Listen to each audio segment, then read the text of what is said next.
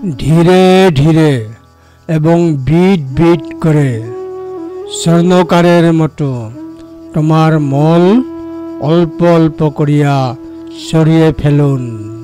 ধম্মপদ 239। স্বর্ণকার যেমন বারম্বার উত্তাপ প্রয়োগের দ্বারা রজতের মল পরিহার করে, তদ্রূপ মেধাবী ব্যক্তি অল্প অল্প করিয়া চিত্তের মল বিতরিত করিবেন। জ্ঞানী ব্যক্তি ধীরে ধীরে তাদের নিজের থেকে দাগ দূর করে, ঠিক যেমন স্বর্ণকার সোনার দাগ দূর করে।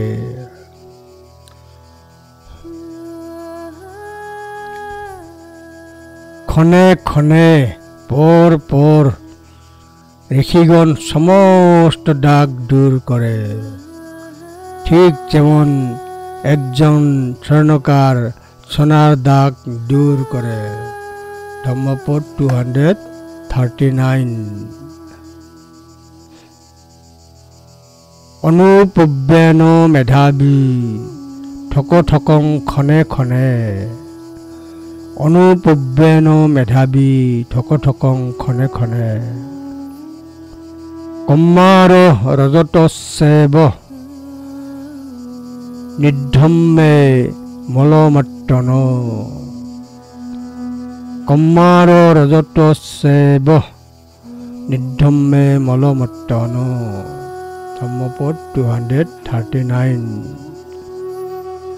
অনুপব্যেন মেধাবী ঠক ঠকং ক্ষণে ক্ষণে।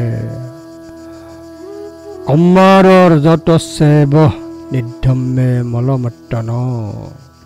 239।